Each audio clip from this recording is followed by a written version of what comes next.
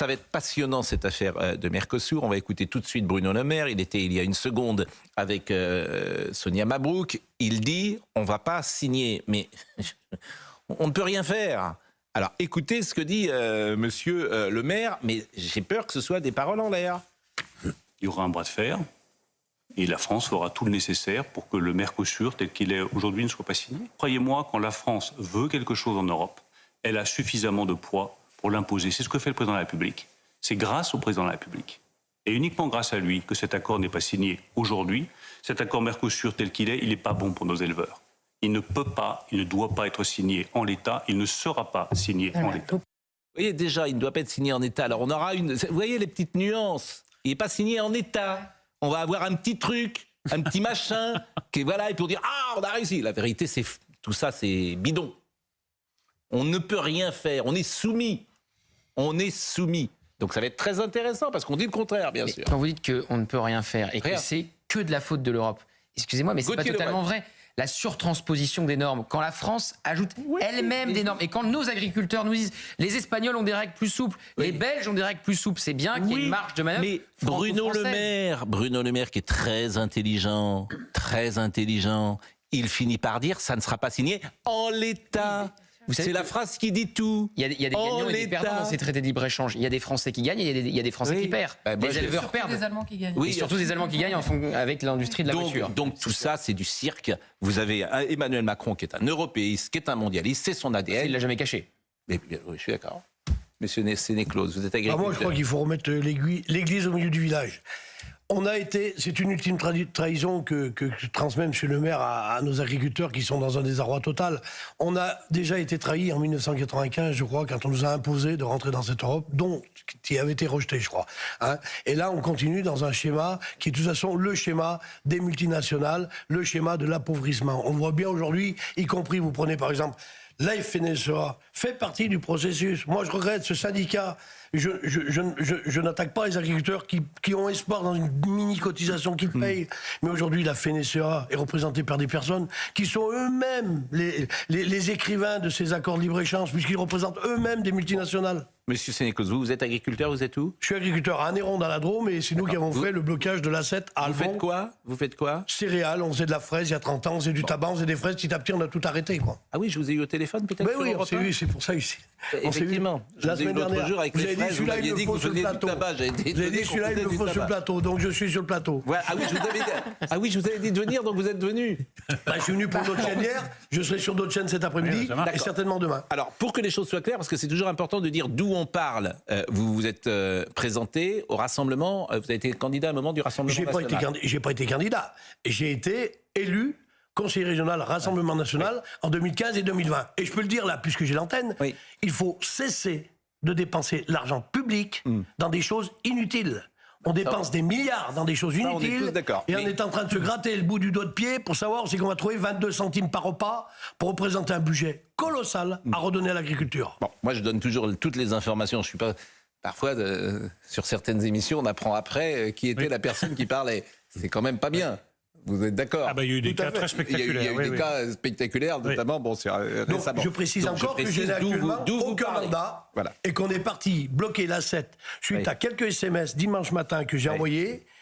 Bloquer l'A7, qui est un grand axe de transaction nord-sud, non seulement de l'Espagne à Stockholm, mais du Maroc, et qui aujourd'hui est un couloir, je dirais, de trafic de produits non normés, qui ne correspondent pas à ce que l'on impose à nos agriculteurs. Ce qu'on découvre effectivement dans cette séquence, c'est des choses qui nous étonnent. Alors Emmanuel Macron, hier, je l'ai dit, était en Suède. Ce qui est étonnant, c'est qu'il a parlé au moment où son Premier ministre faisait un discours de politique générale. Il s'est arrêté juste avant.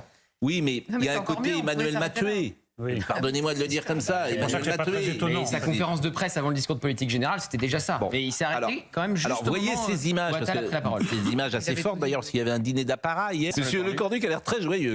Il va vraiment dans ce dîner-là. Bon, il y a eu des photos, effectivement, que vous avez vues. Alors, la phrase clé, je le disais, c'est la phrase clé d'hier. Après, il y a tout compris, on range. Je veux dire, la facilité, ce serait de tout mettre sur l'Europe. Vous avez tout compris. C'est fini. Parce que c'est pas ça qu'il faut dire. Il faut dire, on va réformer l'Europe. Non mais Pascal, oui. On a commencé l'émission avec tout est la faute de l'Europe. Première intervention de notre invité qui nous dit c'est un peu la faute de la FNSEA aussi. Oui. Non, mais attendez. Non, mais donc un peu et du gouvernement des français. agriculteurs qui ne sont pas représentatifs. D'un système qui ont tenu les agriculteurs sous cloche pendant des années avec des carottes. Et aujourd'hui, les carottes, c'est râpé. Aujourd'hui, les agriculteurs veulent des prix rémunérateurs. La moyenne des agriculteurs, qu'ils soient de l'Ariège à 3 000 euros par an, ou des céréaliers, comme on le met dans une belle cartographie sur BFM, à 3 500 euros par mois, qu'est-ce qu'il y a de dramatique de gagner 3 500 euros par mois quand on fait 60, par exemple, vous faites combien de chiffre d'affaires par an dans votre... Une exploitation de 300 hectares, aujourd'hui, fait péniblement 600 000 euros avec la PAC. Vous êtes combien? Deux. Sur les 600 000 euros, avec la PAC représente combien sur les 600 000 euros 46 000 euros aujourd'hui. Donc ça, c'est pas beaucoup. C'est-à-dire que vous faites quand même 550 000 euros de chiffre d'affaires. De chiffre d'affaires, avec 2 millions de matériel sous l'hangar. Hein. Bien sûr. Bon, donc vous êtes deux. Oui. Bon, qui est l'autre? C'est mon frère. Votre frère. Bon, donc c'est pas mal quand même, 600 000 euros, j'imagine. Vous gagnez un peu d'argent. Le chiffre d'affaires. Oui, en chiffre d'affaires. Mais vous gagnez combien? Le salaire moyen déclaré de mon frère sur 3 ans est 18 000, moi à peu près pareil. Par an? Par an. Donc effectivement, c'est 1 500 euros par mois. À peu près, oui. Pour 90 heures de travail par semaine. Ouais. Vous avez pris des vacances cette année? Non. Et vous travaillez tous les jours? On travaille tous les jours. Et puis en plus, on est amendé. Moi, je vois mon frère, lui me dit, je veux pas en entendre parler. On est amendé d'administratifs qui nous étouffent. Moi, je suis le nez dans la paperasse 3 mois par an, avec des règles qui changent tous les 15 jours. Ça n'est plus possible. Ça, c'est des normes françaises ou des normes européennes? C'est la transposition des normes européennes par une administration française qui est en train de chercher dans le fond des tiroirs qu'est-ce qu'elle va nous mettre sur les feux. C'est infernal. Non, mais c'est insupportable. On était avec Bruno Le Maire tout à l'heure.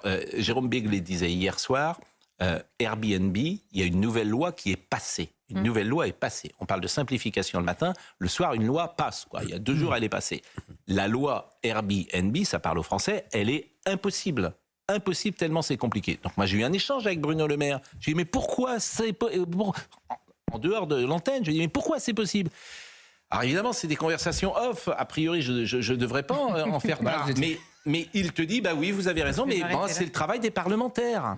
Non mais on parle. Donc il y a eu et j'en dirai pas plus. C'est le travail des parlementaires. Donc d'un côté tu as une volonté de simplifier chez Bruno Le Maire et de l'autre tu as des parlementaires qui administrent par des lois qu'ils inventent. À l'arrivée, c'est Jérôme Béglé qui disait ça hier, la loi Airbnb qui a été votée il y a 2 jours, elle est incompréhensible. Et Attal qui dit fin de la bureaucratisation. Donc t'en sortiras jamais en fait. Moi, écoutez, tu n'en sortiras jamais. Écoutons le président de la République sur l'Europe et après je vous donne la parole, monsieur Sénéclose. Merci. Quand on regarde les choses, les fruits et légumes, le maraîchage, la viticulture dans certaines régions, je pense en particulier l'Hérault, le Gard, l'élevage, la volaille ont connu des difficultés ces derniers mois, mais je pense que ce serait de la facilité de tout mettre sur le dos de l'Europe. Sénéclose est avec nous, il est agriculteur et il répond. Si j'étais président, je ferais comme M. Macron, je dirais les poules, les œufs, les plumes, le blanc, l'œuf. Voilà, bon, écoutez, on attend autre chose aujourd'hui, les agriculteurs. J'ai pas compris, qu'est-ce que vous voulez dire? On voit exposer l'agriculture en quelques mots, en décomposant, je veux dire, ça mène à rien. On fait des heures et des heures de baratin pour mener à quoi? On a eu le grand blabla de M. Macron il y a quelques années en arrière. J'y ai participé d'ailleurs pour les gilets jaunes. J'étais aussi gilet jaune. Mais je veux dire, au bout d'un moment, stop, ça suffit. Aujourd'hui, les professions sont dans la rue. Les agriculteurs attendent du revenu. Aujourd'hui, moi, j'ai fait un calcul très simple. Il y a en France 35 millions d'hectares. Il nous manque moyenne comptabilité. Regardez, avec des experts comptables, 1 000 euros à l'hectare, en moyenne. On va pas chercher le gros céréalier, le petit céréalier, le plus gras, le plus maigre, celui qui a un héritage, celui qui n'en a pas eu, ça ne rime à rien. Il nous manque 1 000 euros à l'hectare. Ce qui fait, divisé par le nombre d'habitants en France, grosso modo 26 à 27 centimes par repas. Est-ce qu'on fait des réorientations budgétaires qui permettent de redonner cette dynamique à nos campagnes, éviter que les gens foutent le camp dans des villes et des métropoles qui vont nous exploser à la figure demain? Parce que c'est ce qui va se passer, et on en est au bord. Ou est-ce qu'on regarde passer le train? Aujourd'hui, il faut trouver des budgets. Il y a les problèmes européens qui sont des problèmes qu'il faut combattre. Ces accords de libre-échange qu'eux, ils ont signés, M. Le Maire a signé, M. Macron co-signe, etc., que les commissaires de la maigre commission de Bruxelles signent et qui font un mal énorme sur nos territoires, et en plus qui sont très émetteurs de CO2, puisque transporter des poulets du Brésil ou du soja du Brésil, ça émet plus de CO2, même qu'un paysan. C'est pour ça qu'hier, il parlait de la souveraineté alimentaire. Bon, alors avant de revenir à toutes ces questions qu'on découvre... qui nous saute au visage, mais qu'on devinait, mais qu'on connaît plus précisément ces derniers jours. Simplement, cette affaire de blocage, que Gérald Darmanin a parlé ce matin. Oui. Donc les blocages, je ne sais pas si on voit des images ou pas, manifestement, la décision a été prise que les tracteurs ne rentrent pas dans Paris, ne vont pas à Rungis, et donc sont à 10... ne bloquent pas les aéroports non plus, Roissy. Ne bloquent pas les aéroports. Donc ça, c'est des images qui sont en direct, sans doute, Marine Lançon. Bon, il semble qu'ils sont déjà nous sommes où, là, précisément, Marine? Elle va nous dire, je pense que j'allais dire, je reconnais la banlieue parisienne. Ce serait un petit peu... je serais bien présomptueux, sans doute, de dire ça. Alors, je le dis pour, évidemment, les auditeurs d'Europe 1, que nous voyons en ce moment des images nous sommes à Chili-Malzarin, figurez-vous, avec ces images. Et puis, on voit tous ces agriculteurs qui sont montés de leur exploitation depuis de nombreux jours, qui ont peu dormi, qui, effectivement, sont déterminés. On va écouter Gérald Darmanin dans une seconde, mais vous voulez peut-être dire quelque chose? Il faut dire que ça se passe dans un très grand calme, que les agriculteurs discutent depuis ce matin avec les forces de l'ordre et que les policiers ont aidé les agriculteurs à mettre ces points de blocage et que Gérald Darmanin, effectivement, il est dans un rôle d'équilibriste. À la fois, il n'intervient pas sur les blocages, il laisse faire les blocages, mais il a mis des lignes rouges dans le même temps, Rungis, les aéroports parisiens et pas de tracteurs dans les rues de la capitale parce que les agriculteurs, une nouvelle fois, on le dit, on le redit, n'ont rien d'émeutiers, n'ont rien d'écolos radicaux à Sainte-Soline, etc. Donc il est dans un entre-deux, Gérald Darmanin. Mais je trouve qu'il a trouvé la bonne position. Je pense aussi. Je pense aussi. Ça serait pas mal les tracteurs dans Paris pour les travaux d'Anne Hidalgo, ça pourrait tout mettre. Les pauvres ne pourraient pas avancer. Je ne ferais pas. Je pense que c'est bientôt programmé. Ah, oui, mais je vois pas comment vous pouvez rentrer avec vos tracteurs dans Paris. Ah ben on vous expliquera quand on sera dans Paris. Écoutez, si vous avez des informations, mais alors là, on va sur un rapport de force ou une forme de violence, parce que si vous voulez avancer avec vos tracteurs, vous n'allez pas les parachuter, vos tracteurs. Le gouvernement en place, les ministres en place et l'Europe ont 2 mois et demi, 3 mois pour réagir, pour apporter des solutions concrètes. On ne va pas transiger, on ne va pas chercher si Pierre-Paul Jacques... Non, mais ça, nous sommes d'accord, mais on peut vous entendre, mais je ne vois pas comment vous faites rentrer On est à blocage, l'axe 7, au sud, qui est parti. Suite... Bon. Voilà, je veux dire, au bout d'un moment, on est très pacifique. Les gens en ont marre. On trouve des solutions. Oui, je suis d'accord avec vous, mais bon, les tracteurs dans Paris, je ne les vois pas place de la Mettre tout de suite. Il y a bien... Ou ailleurs. Bon, en revanche, ou ailleurs. Voyons large. Bon, comment? Oui, voyons large. Au Flore, devant le Flore. Voilà. On devrait vous devriez aller devant le Flore. On devrait peut-être, pour les Jeux Olympiques, faire une compétition de tracteurs. Ça serait peut-être bien... Ça, franchement. Bon, écoutons Gérald Darmanin sur la manif. Tout le monde s'accorde à dire que leur mécontentement est légitime et qu'ils sont très souvent à plaindre nos agriculteurs français. Néanmoins, et pardon de vous poser la question que je pose absolument à tous les ministres ces jours-ci, à laquelle aucun ne répond, mais aux Français qui n'arrivent pas à aller bosser le matin, qui passent des heures dans leur voiture, qui arrivent en retard partout, qui ont des bouchons, parce qu'il n'y a pas de respect de l'ordre public. Vous répondez quoi? Non mais vous ne pouvez pas dire qu'il n'y a pas de respect de l'ordre public, il y en a un. La manifestation, c'est un cadre constitutionnel. Vous ne m'avez pas posé la question lorsque il y avait à Sainte-Soline des gens qui ont bloqué tout un département comme celui des Deux-Sèvres. On vous posait quelques questions à l'époque. Il y a 2 poids 2 mesures. Bon ben voilà, moi je constate que ceux qui travaillent dur, ceux qui ne s'en prennent pas aux forces de l'ordre, qui respectent le bien public, ils ont le droit de manifester comme les autres. Il est hors de question de considérer les gens qui travaillent de la même façon que des délinquants. Bon, et il a parfaitement raison. Les agriculteurs ne sont pas des délinquants. Et quand je vois l'indulgence dont bénéficient les manifestants de Sainte-Soline, et quand je vois dans l'espace médiatique comment sont traités parfois les agriculteurs, je me dis vraiment qu'on marche sur la tête. Sandrine Rousseau qui s'en prend aux agriculteurs en oubliant qu'elle était elle-même à Sainte-Soline, manifestation interdite avec des milliers d'euros de dégâts sur les bassines et une pluie de projectiles sur les gendarmes. Bien sûr, et qui est énormément de blessés. Exactement. Ouais. Pierre Ninet aussi qui a fait un tweet. Deuxième passage de M. Darmanin, les agriculteurs ne sont pas des délinquants, effectivement. Les agriculteurs, c'est pas des délinquants. Ils attaquent pas des policiers, des gendarmes à coups de boules de pétanque. On leur a donné des lignes claires, pas rentrer dans Paris, pas bloquer Rungis, pas bloquer les aéroports. Ils ne pourront pas rentrer dans Paris, parce que là, ils ont l'air déterminés à vouloir avancer. J'ai rappelé des lignes claires, des lignes rouges. Voilà. Je pense que depuis 10 jours, je montre au ministère de l'Intérieur de l'écoute, de l'entente. On n'a pas envoyé ni les CRS ni les gendarmes mobiles contre les agriculteurs qui travaillent durement. Ils respectent les règles qu'on leur donne. Ils ne s'en prennent pas aux forces de l'ordre, ils ne rentrent pas dans Rungis, ils ne rentrent pas dans les aéroports parisiens, pas dans Paris. Mais si jamais ils devaient le faire, évidemment, je répète que nous ne le laisserions pas faire. Et écoutez des agriculteurs, que voulez-vous dire? Là, il y a une ligne quand même, parce que là, c'est très habile, mais tant que vous franchissez pas la ligne. Si vous franchissez la ligne, on va entrer dans une autre forme de rapport de force et de conflit. Alors, écoutez les agriculteurs. C'est ce que vous voulez faire. Interrogés par les équipes de CNews. Vous savez, les équipes de CNews, c'est très intéressant ça aussi. Elles sont sur le terrain, sur tous les sujets. Et qu'est-ce que nous disent les journalistes? Ils ont toujours un avis qu'ils ne disent pas forcément en plateau, un avis personnel.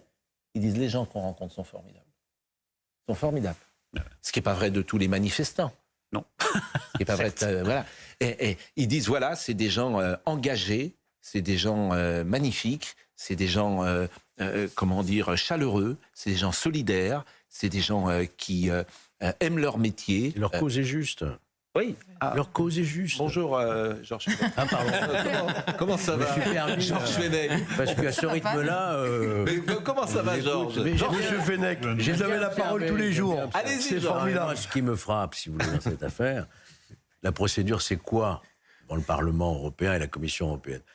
Est-ce que la France a un droit de veto? Non. Pour Mercosur? Non. Non. Emmanuel Macron n'a pas de droit de veto. Je ne sais pas du tout comment il va pouvoir empêcher ce Chaise traité.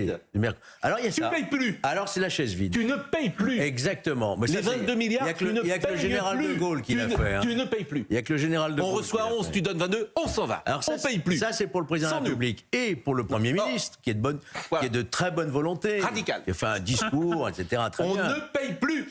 Le Premier ministre n'a pas de majorité. On ne paye Mais plus. je suis d'accord Ah, avec ça ça. y est. Ah, ben, Ça je va nous pense. faire l'émission. là. Je Ça suis va pour faire le l'émission. Brexit. Même la On semaine. ne paye Le plus. Brexit. Voilà. On donne 22 milliards, on en reçoit 11. Au revoir, messieurs, dames. Exactement. C'est ce qui Vous se êtes pour le passe Brexit, actuellement. les Georges Au agriculteurs. revoir, Pardon, messieurs, dames. Moi, je suis pour le Allez-y, je vous en Brexit. prie. Le Brexit. Ah, On oui. écoute les agriculteurs, je vous donne Sortir la de parole tout de suite Bruxelles. après. Et Il y a une annonce qui vient de tomber. Oui. Il y a une annonce du agriculturelle. ministre de l'Agriculture qui annonce 80 millions d'euros pour les viticulteurs. Oui, mais c'est des chèques, c'est des rustines. rustines. Moi, je veux pas de ça. On n'en veut pas des rustines, on n'en Et veut voilà. pas. Il a On raison. ne veut pas des rustines. Pas de On veut rustines. vivre de notre production. Il a raison. Ils vont s'en sortir Faut comme ça. arrêter Mais de là, faire des rustines. Comme je vous dis, si Bien on refait l'agriculture communiste, il y en a pour 3 ans parce que tout le monde va prendre un salaire et personne Évidemment. ne va aller au On ne boulot. paye plus. Soit On ne voilà, paye plus. On ne paye plus à l'Europe et ça fait très longtemps Voilà. que certains La chaise vide. ne le disent. De Gaulle. Et d'autre part, C'est gaulliste. au bout d'un moment, faut arrêter. c'est pas d'extrême droite. Le Il y a des problème, gens c'est vont dire que c'est pas qu'aujourd'hui- d'extrême droite, c'est juste la politique gaulliste, en fait. De toute façon, bientôt, on n'aura plus les moyens de payer parce que je crois savoir qu'en étant agriculteur ayant quitté l'école à 14 ans, on a 3800 milliards de dettes. Hein, en Et direct. bon, on la paiera Donc, jamais, la dette. Il reste de l'argent pour augmenter les frais de mandat des députés, des sénateurs. Alors Ça, c'est l'antiparlementarisme. Alors ça, Non, mais ça, c'est ça, c'est bas. Bah non, mais c'est pas. Là, c'est Mais c'est révolutionnaire. indécent. vrai. C'est Oui, indécent. Un mais député bon. européen fait 14 000 euros par Il y a un mois. problème de Écoutons. timing, là, oui. Il y a peut-être un moment pour le faire, non Écoutons, s'il vous plaît, les agriculteurs, et notamment Pauline, je crois, qui dit nous ne sommes pas des délinquants, nous ne sommes pas des sauvages, disent les agriculteurs ce matin. Nous, on n'est pas là pour tout casser, on n'est pas là pour leur rentrer dedans. Enfin, on va faire en douceur, je pense. Enfin, moi, en tout cas, je suis, et puis voilà, tout va bien se passer. On n'est pas méchants, on n'est pas là pour casser, vraiment. On va commencer par le dialogue, on n'est pas des sauvages. Hein. Si on avait dû faire demi-tour, on l'aurait déjà fait demi-tour. Nous, on vient pour du dialogue, on vient pas pour se faire taper dessus, quoi. Enfin, en plus, on est structuré, quoi. Donc il y a des personnes à qui ils peuvent parler. Enfin, on n'est pas des sauvages. On n'est pas des sauvages. Faut se rappeler que c'est quand même les agriculteurs qui tiennent à la ruralité, quoi. Je vais remercier Monsieur Sénéclose, agriculteur, qui est venu ce matin. Vous avez 20 secondes pour répondre à cette question. C'est pas Paris qu'il faut bloquer, c'est Bruxelles. Ah oui. Je sais pas pourquoi vous êtes à Paris, en fait. C'est à Non. Bruxelles qu'il faut Non, aller avec vos tracteurs. Écoutez, on va pas tous monter à Bruxelles en tracteur. Nous, personnellement, c'est Bruxelles, le notre problème. blocage est resté. C'est pas loin, hein. Excusez-moi. C'est pas loin maintenant que vous êtes sur la route. Notre blocage est resté à Albon. Nous, il n'a pas bougé. Nous, on a un blocage pacifique avec Bon. des actes très pédagogiques et ça se passe très bien. Bruxelles, il faut le bloquer aussi, certainement. Et je pense que les agriculteurs allemands, ils y sont déjà, puisqu'ils sont en colère depuis quelques temps. Mais de toute manière, nous, les autorités proches, c'est nos directions départementales d'agriculture, etc. Bon. C'est la France. Monsieur Sénéclose, qu'est-ce que vous faites? Vous repartez dans votre exploitation? On va repartir sur le barrage dans quelques jours. D'accord. je Et pense. votre frère, il est où? Il est sur le barrage aussi. Hein. Et vous êtes une famille d'agriculteurs, de paysans? Votre Ah, père nous, faisait ça Mon père était paysan, ouais. Je l'ai perdu le 24 décembre. cette année? Ouais, 90 ans. C'était un agriculteur dans l'âme. Il a construit la ferme avec sa maman après-guerre, 3 hectares. Il a démarré petit à petit les difficultés que beaucoup rencontrent. Nous gamins, sortis de l'école, on a travaillé avec nos parents. Mes parents n'avaient pas de bourse parce qu'ils avaient un revenu un petit peu plus que la moyenne, mais on travaillait tous 35-40 Et heures vous par avez semaine. des enfants? Moi, j'ai 2 enfants, oui. Et Et ils ont- 4 petits-enfants. Et ils ont pris la suite? Non, j'ai un enfant qui est malvoyant, donc il n'a pas pris la suite. Malvoyant, et puis j'ai une fille qui est taxi. Donc il y a 2 taxis. Elle va peut-être nous rejoindre dans la grève, je pense. Mais elle n'a pas voulu poursuivre l'aventure. Donc qu'est-ce Non, qu'elle va parce que devenir bon, cette bah- exploitation? Je dis bonjour, quoi. Je dis bonjour et au revoir à nos amis d'Europe 1 parce qu'on est déjà en retard. Et à Thomas Hill, Thomas Hill, vous avez entendu hein, ce cri du cœur, on ne paye plus. Donc, je vous demande de le répercuter également. On ne paye plus. Bonjour Thomas et bonne émission.